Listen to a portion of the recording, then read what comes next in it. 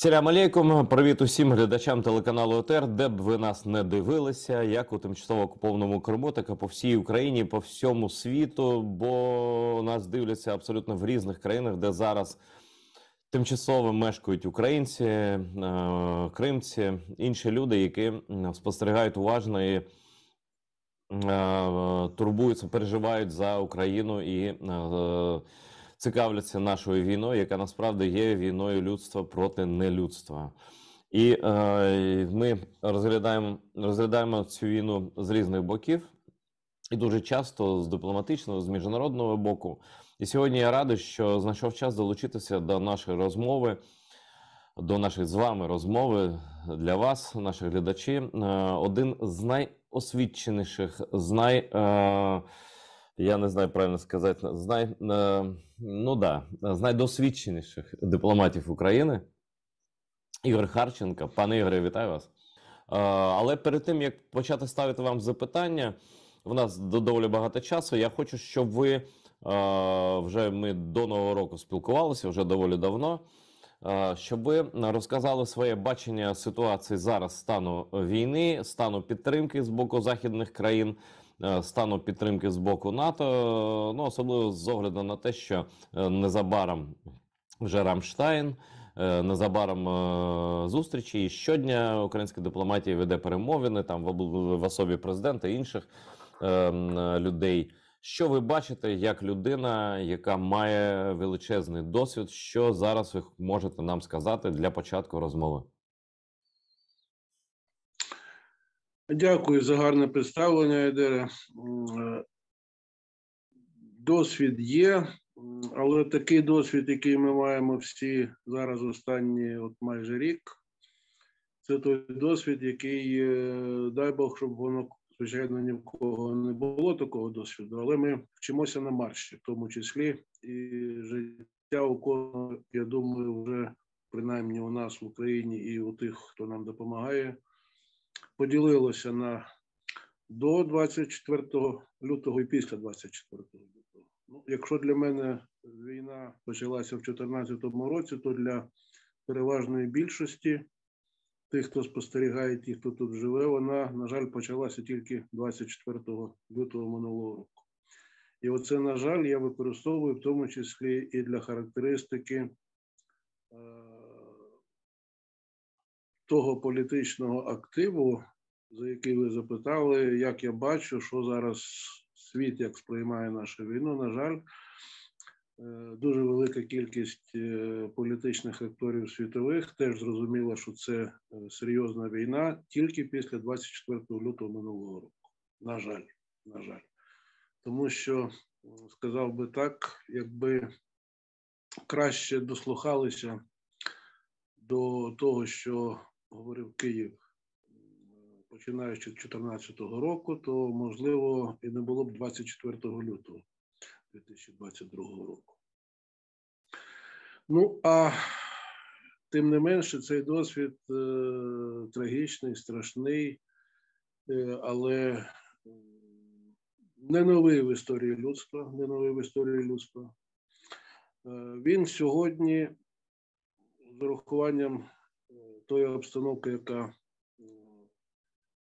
зараз у світі складається навколо війни Росії проти України, дозволяє говорити, мені здається, про те, що нарешті переважна більшість головних політичних акторів світових зрозуміла, що те, що українці говорили, починаючи з 2014 року, воно виявляється правдою. І правда ця дуже проста, це, як ви слушно помітили, це чорне, яке йде зі сходу проти білого, яке тут, яке захищається, і моральний вибір, і політичний вибір абсолютно очевидний і простий для переважної більшості тих політичних чинників, які сьогодні беруть участь в міжнародній політиці. Це бути на стороні білого. І от нам здається, що не завжди так активно, як би нам того хотілося, ця допомога надходить, але вона надходить. Вона надходить навіть звідки годі її було ще чекати, принаймні півроку тому. Я б особливо звернув увагу, як мені здається, на той найважливіший з нашої точки зору, як європейської держави, в Центрально-Східній Європі розташованої, на той чинник, який дуже багато хто випускає з поля зору. Це еволюція політики Німеччини О, в да. європейських справах. Це важливий маркер. Добре, що ви зауважили. Да. Абсолютно. І на Німеччину останні десятиліття орієнтується дуже багато європейських, передусім держав, що нас має цікавості в світі. І багато хто орієнтується. І еволюція політики Німеччини, вона є дуже показовою. А особливо не тільки тому, що Німеччина в даному випадку поступово, але доконано стає на білу сторону, на сторону добра, на нашу сторону.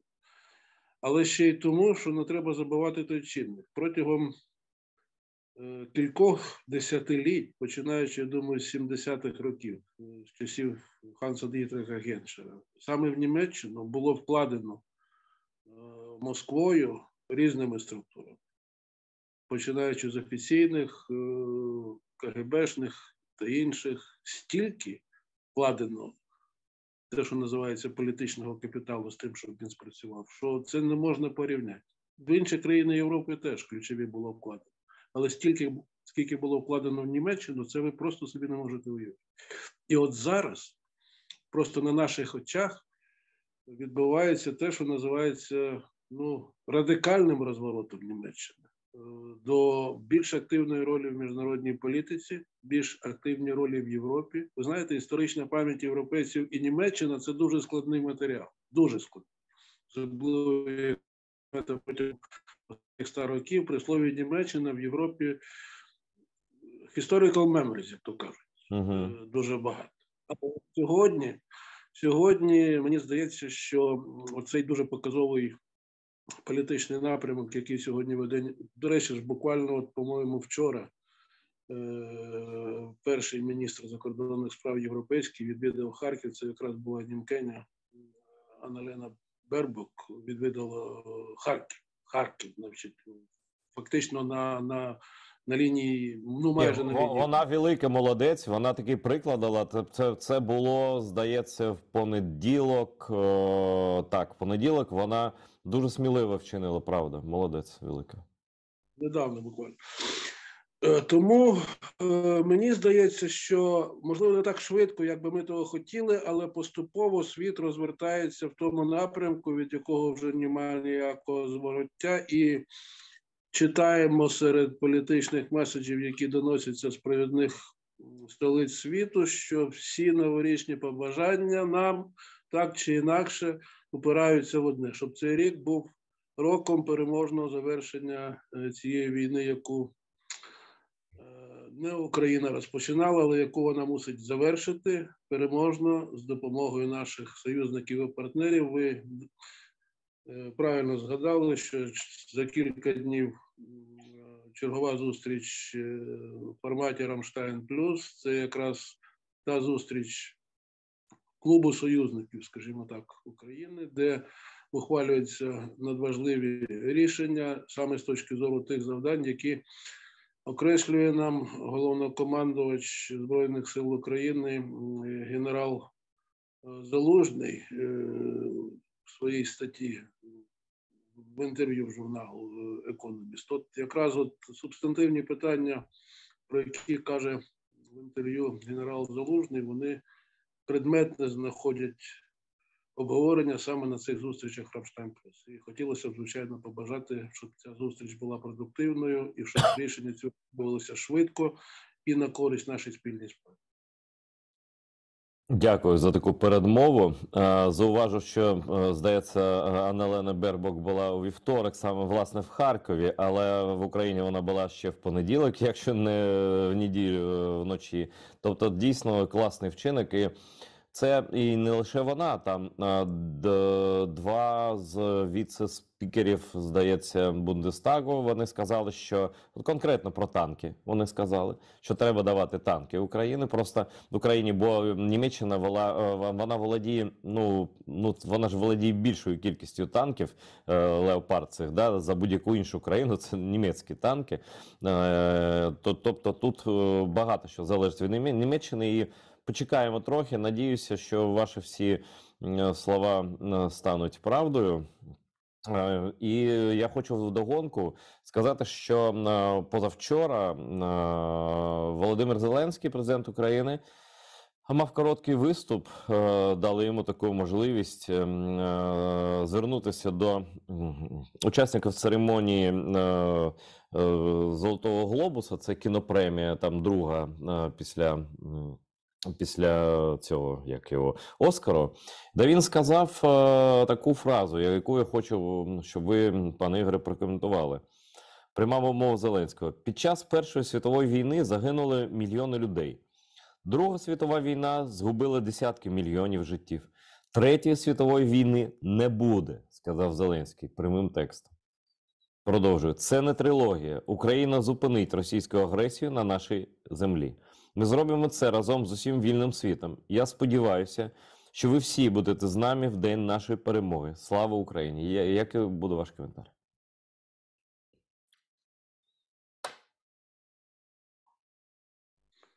Мені здається, що нема чого додати до цього. Це те, що каже президент держави, яка воює. Він каже, це аудиторія, яка звикла дивитися, як казав колись Володимир Ілліч Ленін, найважливіше з мистецтв, яке належить народові, є кіно. Так от саме з цієї точки зору треба і розглядати оцей меседж, який закладений в виступі президента. Це дійсно, щоб, як кажуть, дійшло до майже всіх, хто слухає, що це не війна в телевізорі, це війна, яка, можливо, сьогодні ще не дійшла до вашої оселі, але вона може дійти, тому що відстані сьогодні не ті, що були в Другій світовій, тим паче в Першій світовій війні.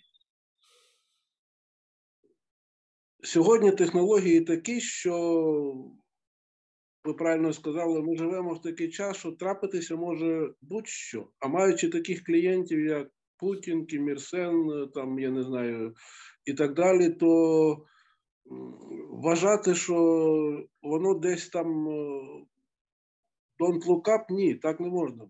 І от саме, мені здається, оця думка є сьогодні ключовою, яку українська дипломатія намагається доносити до того, що ми називаємо вільним світом.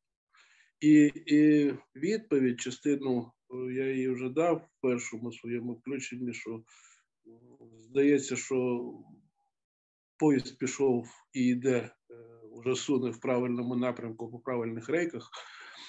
Звичайно, епітети згадування про Першу, Другу, Третю світову війну – це якраз те, що розуміють практично всі. Тому що у кожного в сім'ї, із тих, хто живе зараз, так чи інакше є сімейні спогади, так чи інакше пов'язані, принаймні, з Другою світовою війною. Ви знаєте, до речі, коли я в Англії працював, то я тільки там от відчув, що от для англійців вони називають Першу світову Great War, велика війна. Другу світову вони фактично виграли. З першого до останнього дня вони її пройшли на одному боці, на відміну від Радянського Союзу. Але Great War – велика війна. От в англійському розумінні це все-таки Перша світова. І оці всі меморіали військові, вони так чи інакше пов'язані передусім з Першою світовою війною. Це Great War. І третя, саме тому англійці і настільки активно, і з доброю історичною пам'яттю вони не мають сумнівів, на чиєму вони боці в цій війні, яка зараз триває в Україні, але по суті це вже і є. Я, можливо, трошки розвину тезу президента, що Третя світова, вона вже йде. Її не буде в тому світі, в сенсі, що вона не захопить весь світ. Але отак, як це було в Другу світову, практично всі континенти. Але по суті, з урахуванням новітніх технологій, я би сказав, що Третя світова вже йде. Вона вже йде. Вона, на жаль, йде тільки на нашій території зараз. Але вона вже йде. Тому що те, що запланували собі оці московські вбивці і терористи, воно стосується не тільки нас. Ви почитайте, що вони кажуть. Хоча це така робота читати їх, це, звичайно. Ну, вони, до речі, пане Ігоре, молодці певним чином. Вони там погрожують Франції, погрожують Німеччині. Тобто вони не дають жодним там фірштейрам путінським, да, навіть рота відкрити. Прилітає просто постійно. Тут вони своєю активністю і своєю такою відданістю фюреру своєму, там, бажанням йому сподобатися, вони так залякали Захід уже, що, в принципі, це нам полегшує трохи справу. І зараз я спостерігаю таку, певне змагання між трьома не головнішими, всі рівні, а найвеличезнішими країнами історичної і зараз Європи. Це Велика Британія, це Франція, це Німеччина. Хто більше дасть, хто перший дасть, хто виступить перший з ініціативою, то що ось французи, які довго гальмували достатньо, да, дали це легкі колесні танки. Британці там, американці щось теж, британці обговорюють Challenger 2, їхній танк, цей дуже добрий. На цьому тлі Німеччина вже не зможе, я думаю, не дати леопардів своїх. Крім того, активізувалися країни Скандинавії, я бачу, це просто теж, да? Італія теж, а скандинави, вони постачатимуть, шведи принаймні, САУ, ці Аушер, як правильно це називається, така дуже хороша пушка, така гаубиця. Тобто чи на вашу думку почався цей процес змагань на допомогу Україні в здоровому сенсі, да? І на що ми можемо розраховувати, як у плані важкої техніки, там гаубиці, танки, бойові машини піхоти, про які казав в тому інтерв'ю, яке ви згадали, Залужний, так і про ракети, які зможуть до дальнього, середнього, дальнобійні, які нам допоможуть зневелювати цю перевагу в живій силі, на яку вони ставку роблять. Росіяни, ми ж бачимо, як вони атакують, що вони просто хочуть чисельністю, трупами закидати, виснажити українську армію. От як ви думаєте? Хотілося б сподіватися, що це є вже поворотом, стратегічним поворотом, з точки зору того, що йдеться вже про не тільки кількість, а вже і якість військового обладнання, яке направляється в Україну і передається. Ви знаєте, тут є багато елементів, які, звичайно, в час війни не то, щоб і варто у відкритому ефірі обговорювати, але є тому що зрозуміло чому, є ще такий один елемент, на який я хотів би звернути увагу. Це дуже тісно пов'язано оце субстантивно воєнне діло, яке стосується постачання озброєнь, там військової техніки, середньої, важкої, іншої, з розвитком політичної ситуації. І від динаміки політичного процесу в тих країнах, які ухвалюють ці рішення. Подивіться, що було на перші тижні війни, я маю на увазі широкомасштабної. Що було до початку широкомасштабної війни? Англосакси, називаємо їх так, почали постачати, скажімо так, легке, але дуже ефективне озброєння ще до початку широкомасштабного. Сполучені Штати Америки ухвалили безпрецедентний з часів Другої світової війни закон, який фактично was dubbed Lend-Lease. Ну, та сама допомога, яку Америка свого часу почала надавати Великій Британії в часи Другої світової війни, за тими самими параметрами приблизно Україна опиняється в ролі отримувача і користувача такої допомоги з боку найпотужнішої економіки світу Сполучених Штатів Америки. Тобто в кінцевому підсумку, мені здається, вже не викликає сумнівів, що цей військовий конфлікт, який Росія розпочала, він приведе до її краху. І тут є політичне питання, на яке, на жаль, сьогодні відповіді ще немає. Чи готові головні політичні актори світу сприйняти той факт, що закінченням цієї війни буде крах нинішньої Росії? От на це питання сьогодні я, принаймні, однозначної відповіді не бачу. Я бачу відповідь на одне питання дуже важливе, надзвичайно важливе з моєї точки зору. Воно кілька тижнів тому прозвучало у політичному документі, ухваленому на Сімці, останньому саміті Групи Семи, де вперше з початку широкомасштабної війни відкритим текстом лідери Сімки заявили керівнику Росії, що не вдасться відпетляти від відповідальності за воєнні злочини. Не вдасться. Тобто тих, хто вчинив воєнні злочини, їх чекає правосуддя. І це надзвичайно важливий меседж. Можна виграти війну. Радянський Союз є одним із учасників антигітлерівської коаліції 45-го року. Подивіться, що він зробив з цією перемогою 45-го року. Сьогодні. Подивіться, чим стала тепер Німеччина. Це після того, як пройшли ці всі процеси, як була заборонена нацистська ідеологія, як сьогодні, що таке Гітлер сьогодні в Німеччині. От таким Гітлером в Росії має стати Путін. І для цього недостатньо просто виграти війну. Для цього треба, щоб всі, хто були винні в тому, що розпочався цей кошмар в центрі Європи в 21 столітті, щоб вони всі понесли покарання. Починаючи з головного винуватця, нинішнього президента так званої Російської Федерації. І от саме цей меседж, він трошки прихований, але він уже прозвучав в заяві лідерів групи Сімки і групи Семи, і я вважаю це надзвичайно важливим елементом розвитку політичної ситуації. Чи бачать вони далі, і ми, чи бачимо далі, що буде потім? Зараз у нас дуже багато нагальних справ, в тому числі отримання цих озброєнь, в тому числі військові справи щоденні, оці зведення, які дає нам Генеральний штаб Збройних сил України, періодичні оці шахіди на Київ.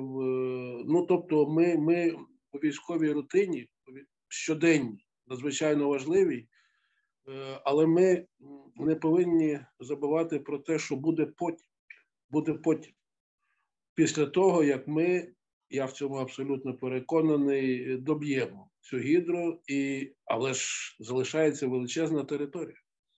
Величезна територія. Не хочу навіть просторікувати. І от мені здається, що над тим, що буде далі, пост-Росія, яка вона буде, як вона буде називатися, над цим починати вже думати треба зараз. Ви абсолютно маєте рацію, пане Ігоре. Я вже з декількома людьми цю тему обговорював. Тут є така, напевно, проблема. Просто Сполучені Штати, вони ж офіційно зараз не визначили як офіційну мету свою, ну і відповідно і союзників, зміну режиму в Росії. Мета зараз, щоб він прибрався, Росія прибралася з України, і компенсувала, репарації виплатили тощо. Тобто зміна режиму не є офіційною метою Заходу зараз, станом на сьогодні, так? Наразі. Тому, напевне, і не хочуть. Ну і звісно, зараз є проблема військової допомоги, збройної допомоги. Вони, звісно, в першу чергу на часі.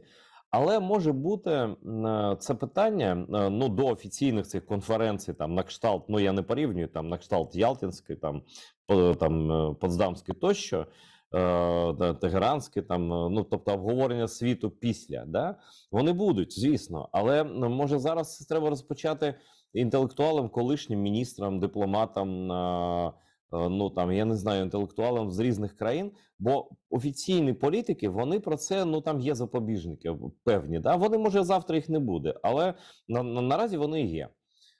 І як я прошу кожну людину, яка про це згадує сама, дати свій бажаний сценарій того, що має статися з Росією, бо наразі я не бачу жодних інструментів, навіть ну, простий приклад. Ось зараз, ну, припустимо, що Путіна немає, і взагалі там демократична влада приходить. Тобто найкращий сценарій ми...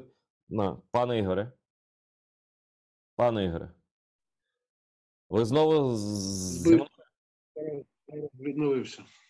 Все нормально. Ну, коротше, припустимо, що все в найкращому вигляді, навіть якщо все в найкращому вигляді, там немає Путіна, всі там заарештовані там злочинці воєнні тощо. Але ось пропаганда російська є. А хто замінить цю пропаганду? Хіба зможе замінити цю пропаганду якийсь телеканал «Дождь», який підсвідомив якби за війну, за перемогу, за те, щоб їхня країна збереглася як ядерна, потужна держава? Ну просто Путін поганий, а ми всі такі хороші. Як цьому запобігти? Що робити з цими? Може треба заздалегідь якусь програму, хоча б інтелектуалам напрацювати? І яка конкретна ваша думка? Що б ви сказали на умовній конференції з питань майбутнього так званої Росії?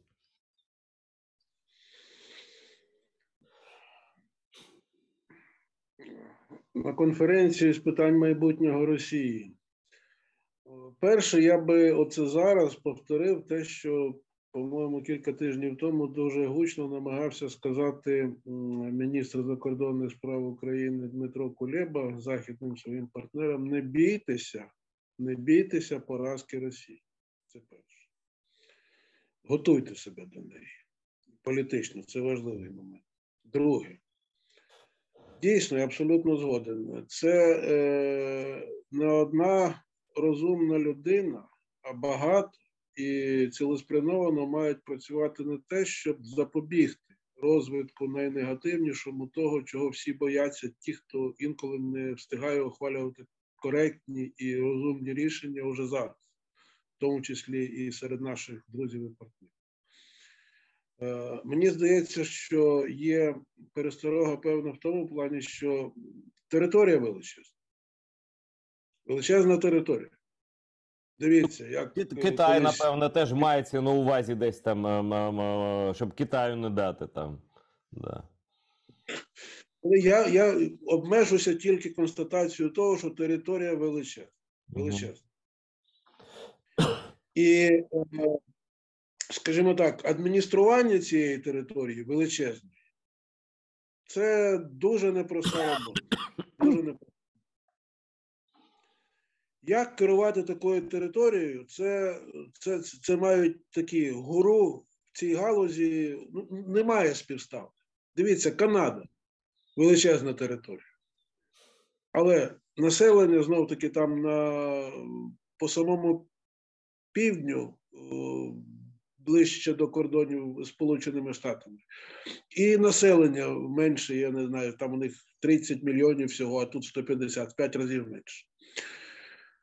А тут оцей от режим, який зараз править в Росії вже 20 з лишком років, він тримається, ну, серед іншого, і от на тому чиннику, про який ви згадали, це пропаганда, це телевізор. От якщо його прибрати, на чому він буде триматися? Питання, на яке зараз відповіді немає. Хто каже, що формально ця країна називається Російська Федерація? Скільки там у них, я думаю, більше 100, по-моєму, Ні, там вони скоротили, там десь 80 регіонів, серед них десь, я боюся помилитися, 15-20 умовно автономних республік або там, ну, областей, там, ну таке, приблизно чверть це якісь автономні національні, так, може п'ята частина. Добре, ну, тим не менше, багатьом, мені в тому числі, муляє у назві цього державного утвору слово федерація. Розумієте? Воно, як і все пострадянське і радянське, а оцей продукт, оцей державний утвор, який має формальну назву Російська Федерація, він класичний пострадянський продукт з таким от дуже негативним, не те, що негативним, я епітети не буду, я ж дипломат все-таки вживати. Але вони в технології Newspeak новоязу Орвелівського, тобто називати речі, які є одним, вони називають абсолютно, вони досягли абсолютних вершин. Тобто, от пам'ятаєте, як називали їх сателітів в Східній Європі? Страни народної демократії. Грецькою мовою. Грецькою демократія це є, ну, власне, влада народу. Тобто, народна демократія – це народна власть народу. От, грубо кажучи, так, і це був офіційний термін. От Російська Федерація – термін федерація. Десь я недавно читав, що навіть останньому в Татарстані називався керівник регіону президентом, але і там вже перестали дозволяти називати керівника регіону республіки Татарстан президентом, тому що президент може бути. Ну, саме так, ви маєте рацію, вони останні були. Передостання була Чечня, здається, яка добровільно, типу, Кадиров відмовився. А ще там йдуть процеси, ну крім таких процесів, процеси практичне знищення національних мов. Їх прибирають з програм з обов'язкових. Тобто русифікація там на високому рівні, і ми бачимо, що багато не росіян етнічних йдуть убивати українців, так само як росіяни, яких вже переконали, що вони росіяни такі самі. Ну, трохи другого сорту, але росіяни теж. Так. Я ще зверну увагу на один момент. Ви сказали, що, можливо, зараз наші партнери не готові ставити собі, значить, ціллю в війні там зміну режиму. Американці, до речі, про це говорили, але ж давайте звертати увагу на такі речі. Ні американці, ні англійці, ні французи, ні німці, вони не є учасниками війни.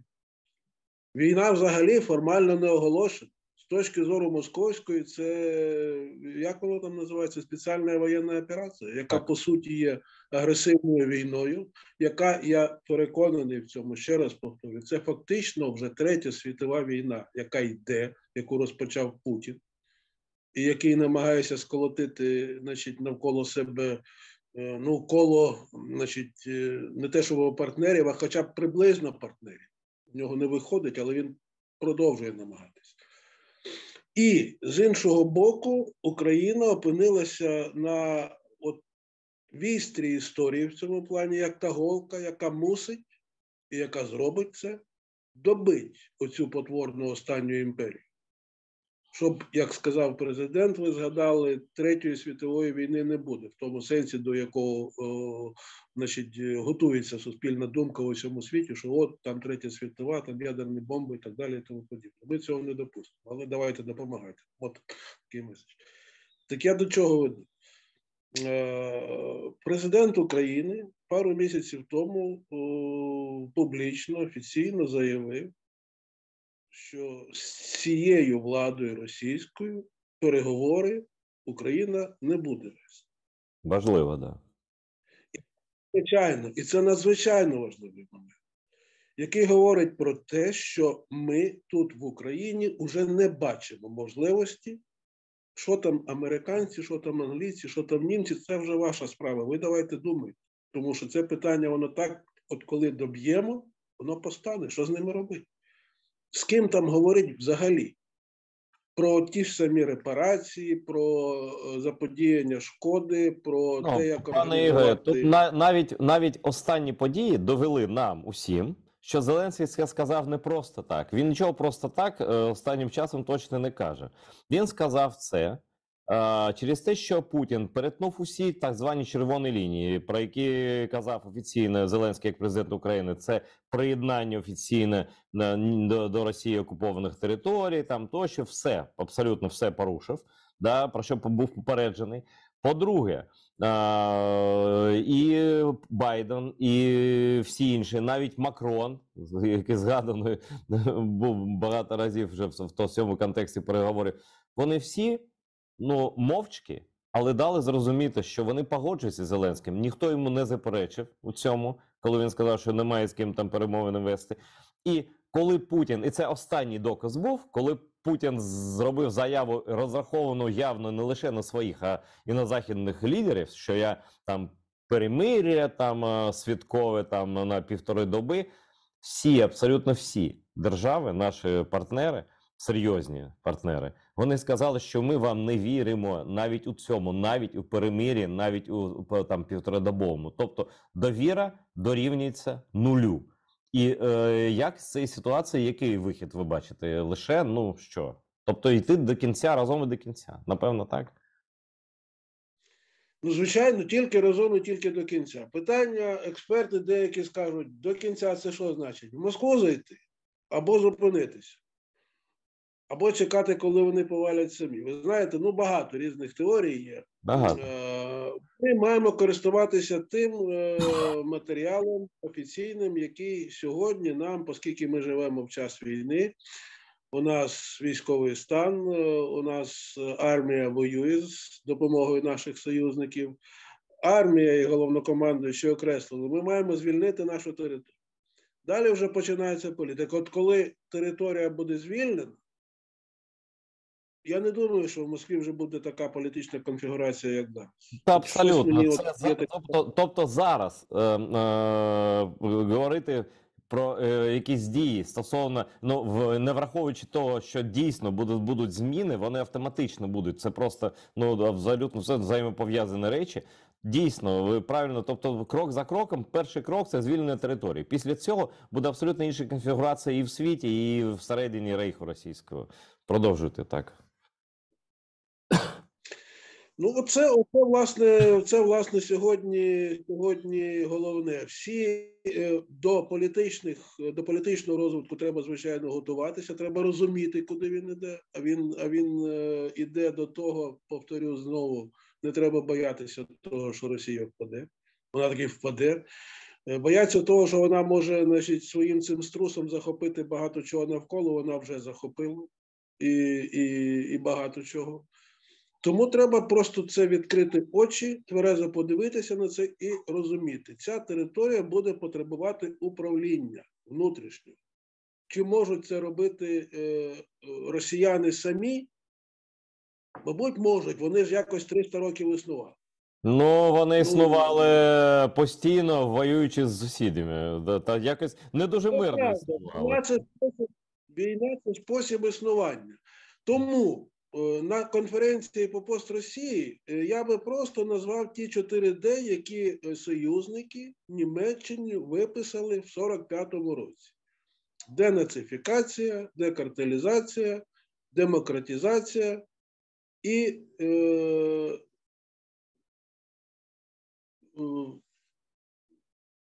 демонополізація. Ну і давайте додамо, тоді ядерної зброї не було. Як ви думаєте, денуклеаризація? Демілітаризація. Це демілітаризація, безумовна демілітаризація. Безумовна, включно з ядерною зброєю. Демілітаризація. Заборона мати армію більше, я не знаю, там 50 тисяч людей. Все. Період. Тому що нема в історії Росії такого періоду за останні 300 років, де вона не вела б якусь війну.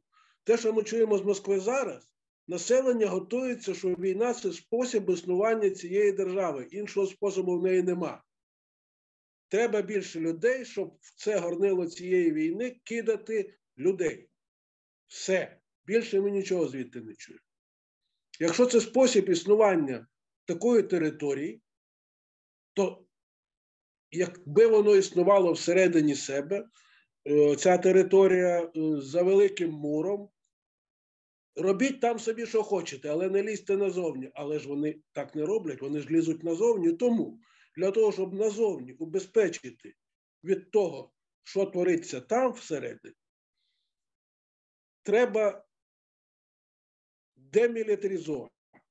Демократизація, я не знаю, як в Росії зможе працювати демократизація, чесно кажучи. От як історик за фахом, я пригадую демократичні періоди в історії Росії, назвемо її так, і можу пригадати тільки два коротеньких, це от так зване Временне правительство, 17-й год, і перша там пару-трійку років доби Єльцина після 91-го.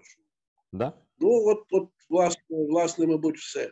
Власне, мабуть, все. Тобто за ці 300 років не так і багато. Тобто звичаєвої демократії там нема.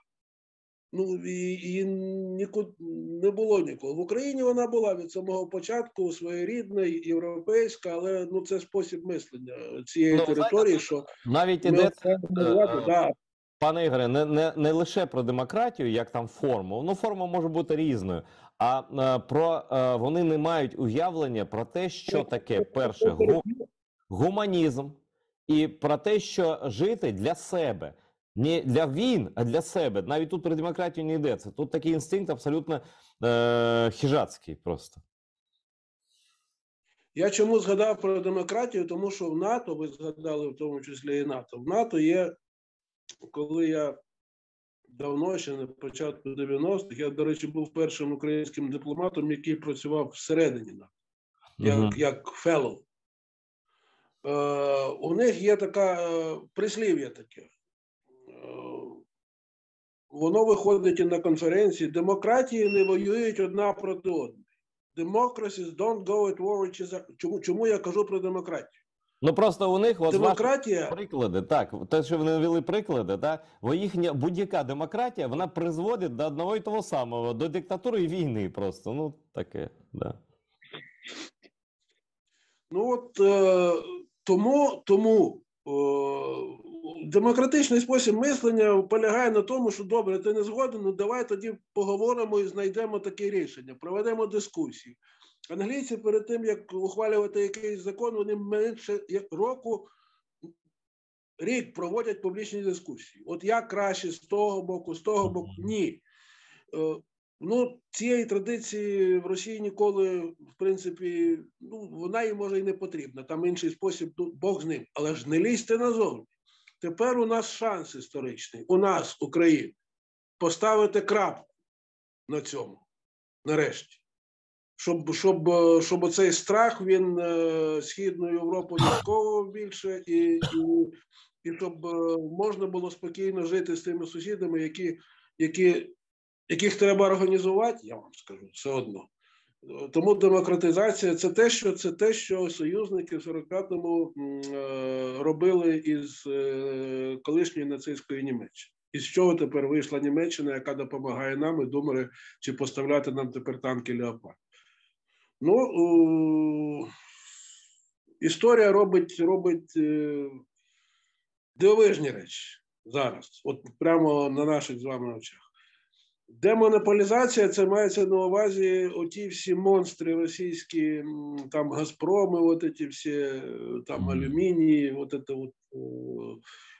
в Німеччині німецькі тогочасні величезні виробники монополії, які де-факто фінансували нацистську партію в 30-ті і в 40-ві роки, спеціальна програма союзниками була розроблена для того, щоб розбити їх, щоб середній бізнес став основою німецької економіки. Звичайно, потім реорганізувалися оці картелі, там, я не знаю, монополії, Німеччина. Ну, це найпотужніша європейська економіка, фактично вона такою зараз і є, але подивіться на рівень середнього бізнесу і більше середнього бізнесу зараз в Німеччині. Ну і денацифікація була однією з умов. Це депутінізація, можна її назвати в російському варіанті. Тобто це заборона на діяльність політичну і професійну членів нацистської партії. Не всюди вона в Німеччині працювала тоді, не всюди і не завжди, але це вже такий After Effects. Але без цього, і це включає в тому числі і проведення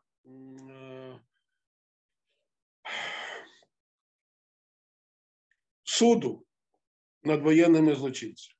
Знову повернусь до цієї. Без того, щоб були притягнуті до відповідальності всі винні в тому, що розпочалося в 2014 році і потім розширилося в 2022 році, поголівно. Туди можна записати одразу вже всю ту купу людей, яка от в кінці лютого минулого року голосувала за оцю спеціальну воєнну операцію, починаючи з, як воно називається там, Совет нацбезопасности, Государственная Дума, та фактично всі.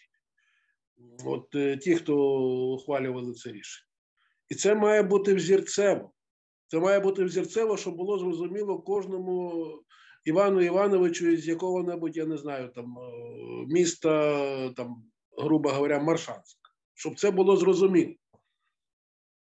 От без цього, я не думаю, що у нас можна буде заспокоїтися після того, як Збройні Сили України вийдуть на кордони України 91-го. Ні. Заспокоїтися не може бути. Бо у нас залишається сусід, який має 140 мільйонів населення, який незрозуміло, що має в голові, і який тямить тільки про одне, як би ще спробувати робити не так, як роблять нормальні люди. І не давати іншим жити. Ну, насправді, пане Ігоре, ви знаєте, і ця легенда про їхню велику територію, вона трохи перебільшена, бо це просто північна територія, де глобус так розкладається. Да? І насправді Російська Федерація, вона не ширша за Північну Африку, навіть вужче трохи. Це перше. Ось, тобто вона не ширше Європи, Європейського Союзу. А населення там дійсно там нібито багато, але якщо порівняти з Китаєм, це не так багато. А якщо на територію це розглядати на тлі території, то взагалі це не величезніша країна за населенням, і територія там масово там вона не освоєна. І в принципі, якщо таку мету поставить для собі там європейські країни, країни НАТО, то в принципі контролювати це не так вже і складно. Просто якщо ви подивитесь карту розселення людей там, тобто це не так. Я хочу не так вже і там, от не такий собі монстр, як уявляють багато хто на Заході, якщо це подивитися на цю проблему практично. Ні, це правда. Просто якщо подумати, це небагато центрів таких мільйонних, так? Небагато агломерацій. Да. Мені дуже подобається оця от аргументація. Ви знаєте, я згадав в 2014 році, коли я бігав по Токіо, по владних кабінетах і пояснював, що треба допомагати чим можна нам в 2014 році з боку Японії. То один із аргументів, що я чув тоді, та дивіться, вони ж така величезна країна там. А я кажу, та яка вона величезна, ви що? Вона ж співмірна з вами, з Японією, у вас 120, а у них там якихось 140 і половина п'яні. Отак от я... Абсолютно правильно казали. Абсолютно правильно їм казали. Це, знаєте, це, до речі, це частина їхньої легенди. Це вони просто перетворили це слово «велика», яка в українській, в будь-якій нормальній мові, це просто «велика» – це «большая», да, як по-російською, да? Вони перетворили на «велика». І ось вони, це велика література, які там 50 років там в 19 столітті, велика там музика, яка там маленька на своє, великий там кінематограф, які там 0,5% там від Боллівуду там навіть, так. Це вони піар такий собі робили, і в тому числі про територію. Просто це не так вже проблемно, якщо подивитися на заселення. У них найбільша територія. Найбільша, але там не живе ніхто. Вона найбільша, але ніхто не живе вище. Це теж да. правда. Але у Канаді інфраструктура набагато краща. І тому я коли кажу, що важко керувати Владивостоком з Москви, я маю на увазі в тому числі і це. Це скільки там? 6 цих от... Поясів? 6. Да, поясів, да. Багато. Вони вигадали багато, причому в Китаї один. В Ну, Китаї один. А вони собі там нарізали як диню просто. Як кавун вони нарізали. там, я не знаю, Камчатка, там Чукотка, то взагалі це... Ні, ну Ні, а воно... знову ж таки, якщо дивитися просто по глобусу, якщо просто ми глобус давно не бачили, ми звикли до цих мап, так? А на глобусі, якщо поміряти, просто взяти рулетку, так? Це від Марокко до Сомалі більше на 700 кілометрів, на 700, ніж від так званого Калінінграду, колишнього Кёнігсберга, до протоки Берингової. Ага. Це правда, я перевіряв це просто. І це правда. Це вони дуже круто залікали світ собою і своєю там величезністю. Це насправді не так все. Тобто Європейський Союз абсолютно спів за територією. Європейський Союз ну такий, майже такий самий, як Російська Федерація. Ну якби він був лише на 2/3 пустий за рахунок тундри, там я не знаю чого там, снігу та там тайги. Тощо. Тобто це теж легенда. Ними можна керувати, якщо це грамотно поділити. Я знаєте, що я хочу сказати, це я не буду цього робити. 3 хвилини є. Ваш аналіз. Китай якось затаївся. Притих Китай. Чи ще Китай вагається, чи вже він зрозумів, що Путін програє, бо я читав Financial Times буквально там днями, може позавчора, що китайські, їм там джерела китайські розказали, що вони дуже розчаровані в Путіні, що він, на їхню думку, там деяких діячів китайських збожеволів, тобто переоцінив себе, і він вв'язався в авантюру, про яку не попередив. Може брешуть, може правду кажуть Китай. І зараз він створює проблеми. Ось про Китай на 3 хвилиночки можете до кінця програми поговорити? Дуже коротко в кінці програми про Китай скажу одне. Мені здається, що ті сподівання, які московське керівництво покладало на партнерство з Китаєм у цій своїй самовбивчій авантюрі в Україні, вони, я думаю, ми можемо зараз сказати, вже не справдилися. Не справдилися. Зараз треба розуміти одне. Навіть в такому вигляді, в якому існує зараз Росія, вона з політичної точки зору, мабуть, ще таки потрібна Китаю. Не кажучи про те, що вона потрібна з економічної точки зору, і це є очевидно. Але з точки зору того, що якусь політичну роль на рівні, так як ви кажете, велика, Росія може відігравати де-небудь. В Європі ясно, що ні, в Америці вже ясно майже, що ні. То і в Азії, мені здається, що оця от великість, так звана нинішньої Російської Федерації, з урахуванням останніх китайських коментарів, і, що цікаво, наскільки я знаю, десь місяць не давали розмови з китайським лідером, російському лідеру після обрання нового китайського керівництва. Місяць, більше місяця. І коли ця, значить, розмова все-таки відбулася, то з нею зробили піар-акцію всередині Росії. Велику, що все-таки їх не кинули. І ви знаєте, зараз важко прогнозувати, але повернуся до того, до чого я з чого почав. Сподівання на підтримку і розуміння з боку Китаю у цій війні проти України московській, вони фактично, ну, скажімо так, дипломатично, скажімо, не справдилися, а фігурально, по-журналістськи можемо сказати, що вони накрилися тим Мідним тазом. мідним тазом, так. Ну, ми не встигли в форматі цієї програми, час сплив, на жаль, обговорити Іран, який зараз трясе просто, як при землетрусі. Тобто теж вв'язався в війну на боці Путіна фактично, да? Але що там буде, ми не знаємо. А Байден впевнено сказав, що там недовго залишилося. І я це запам'ятав ще декілька місяців тому. цьому режиму? Не знаю. Може він щось знає, щось знає. Це мудрий старий Байден. Ось, дякую вам, пане Ігоре. Пане Ігор Харченко, мудрий, досвідчений дипломат український. Завжди приємно з вами спілкуватися. Я дякую вам за те, що взяли участь.